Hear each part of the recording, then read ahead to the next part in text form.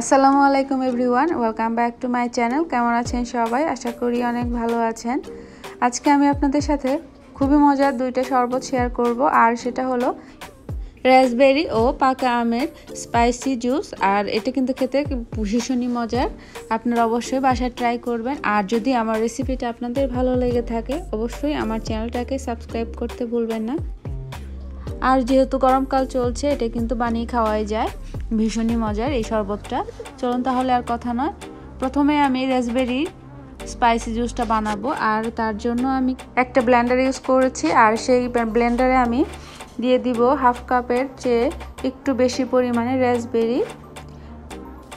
রাসবেরিটা কিন্তু আমি ভালোভাবে পানি দিয়ে ক্লিন করে নিয়েছি।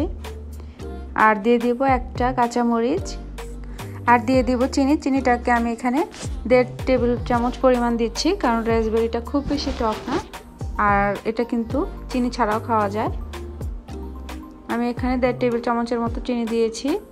আর দিয়ে দিব 1 কাপ পরিমাণ পানি। আমি হাফ কাপ করে দুইবারে 1 কাপ পরিমাণ পানি দিচ্ছি। আর 1 গ্লাসের জন্য কিন্তু এটা এনাফ।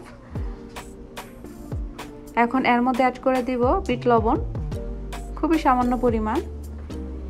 তারপর এটাকে আমি ব্লেন্ডারে ভালোভাবে ব্লেন্ড করে নিব।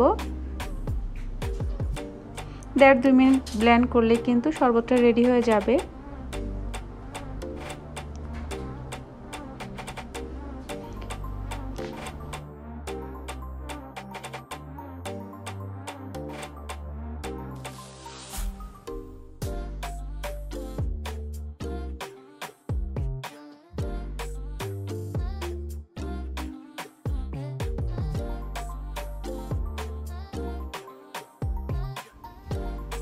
আমার রাসবেরি জুসটা কিন্তু হয়ে গেছে। এখন আমি এই সেম জগেই আমের জুসটা করে নেব। আর এর জন্য আমি হাফ কাপের একটু পরিমাণ বেশি আম কুচি দিয়ে দিচ্ছি, অবশ্যই পাকা আম দিতে হবে। আর দিয়ে দিচ্ছি একটা কাঁচামরিচ, আর একটা কাঁচামরিচেই কিন্তু অনেক ঝাল হয়। দিয়ে দিচ্ছি স্বাদ অনুযায়ী চিনি,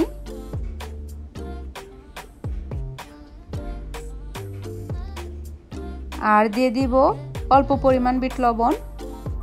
যেহেতু আমি 1 গ্লাস পরিমাণ জুস করব, আর সেক্ষেত্রে আমি এখানে পানি দিব 1 কাপ পরিমাণ।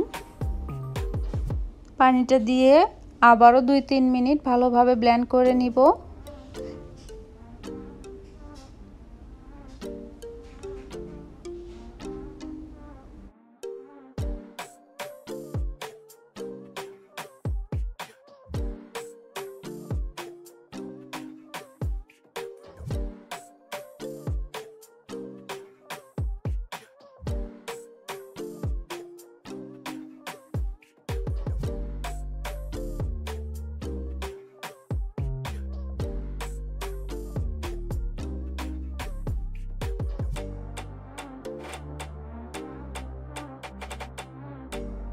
আমার ব্লেন্ড করা হয়ে গেছে, এবার সার্ভ করার পালা।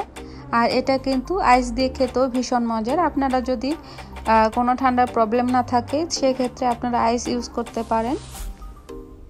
দেখতেই পাচ্ছেন কতটা সুন্দর হয়েছে, দেখতে কত ভালো লাগছে। আপনারা অবশ্যই বাসায় এই রেসিপিটা ট্রাই করবেন, আর কেমন লাগলো অবশ্যই কমেন্ট করে জানাবেন। ভালো লাগলে আমার চ্যানেলটাকে সাবস্ক্রাইব করতে ভুলবেন না। সবাই ভালো থাকবেন, সুস্থ থাকবেন। আল্লাহ হাফেজ।